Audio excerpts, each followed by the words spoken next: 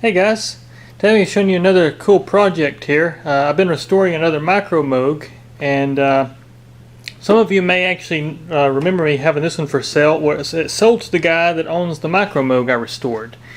And so the whole thing is I'm fixing it up with the open interface system so they'll communicate. And I just want to give a quick demo here of what this sounds like and how it connects. Now, for anybody that don't know what the open interface is, I'll go over that real fast with you. I'll try not to talk as much in this video. But basically, the open interface system was before MIDI days and before really synthesizers had a great communication network that was standardized between companies. And so Moog had this thing called open interface. And basically what it consists of a CV cable, which in this case I'm getting CV drive from the Micromoog. And then it consists of a gate signal, which in this case I had to convert a Jones connector, which you can see here. I've just got it converted with some gator clips into a TRS jack mono jack. Some sense require stereo because some will have the S-trig in and output on one jack. And then the next thing is right over here on the actual synthesizer. And a lot of you that own a Micromoog may be curious about this knob right here. There's a knob, and that's actually how you scale the keyboard to make it match up with your other instrument. So for instance, since this is an elf note keyboard, you'd hit the elf note of the synth and then hit the high octave and then calibrate and then fine tune. At the low end, use your fine tune knob. At the high end, use your scale adjust. And that gets your keyboard tracking correct between the two instruments. But basically that's the open interface. That's really all it is. And it actually worked pretty well. It tracked well. It just, between other instruments, it didn't really communicate as well. So you'd have like off notes and things like that in some cases, and didn't necessarily track the whole keyboard correctly. But as you can hear, this is just a kind of a fun little demo here. I'll turn down the Micromoog, and you're actually hearing the source. Filter up just a little bit.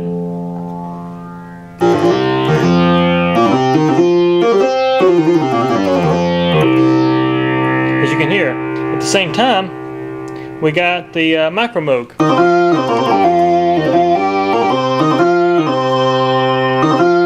What's also cool about it is that actually, since you're using the Micromoog's keyboard circuit, you got the glide circuit. So if you don't like the linear glide of like the source, you can get that hard lag processor like the old Moog modulator.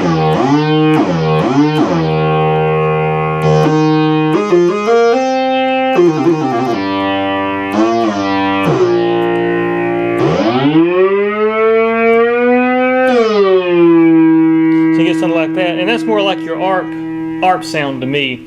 I actually refer to this hard lag as a lazy glide because it just sounds like it's lazy. It doesn't say, it just kind of takes its time between notes. Where the normal glide, if you listen to this, which we'll go here, I'll turn on this glide. You can hear it's very linear. It's very accurate between notes. Where this one just kind of naturally drifts between the notes. But anyways, that's just something that's kind of interesting. But yeah, when you mix the two,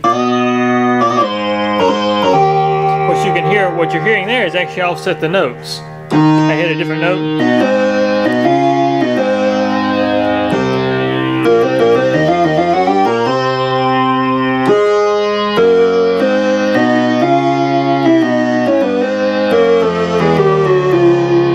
So you get something like that. You can go, and actually your octave still works, so.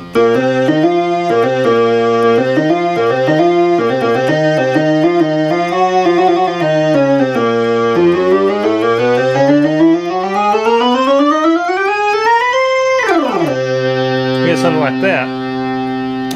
But what's also cool about it, and I'll just give you a quick demo here. This is just using just the Moog source with the macros. That's really all I'm demoing here. We'll build a arpeggiator.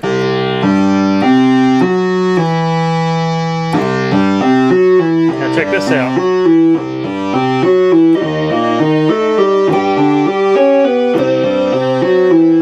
A longer sustain time.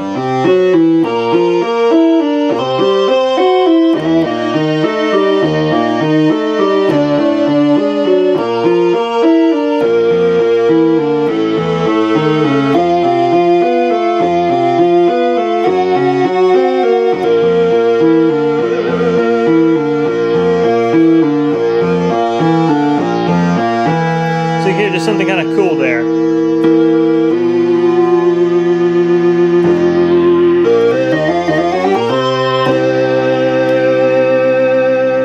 But what you can also do is you can use your keyboard over here to actually upset. You can actually move the whole octave shift up. So now,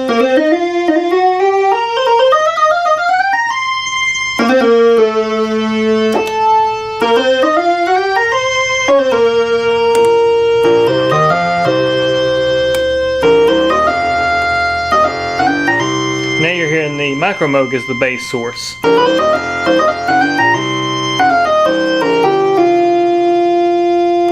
So there's some cool stuff like that.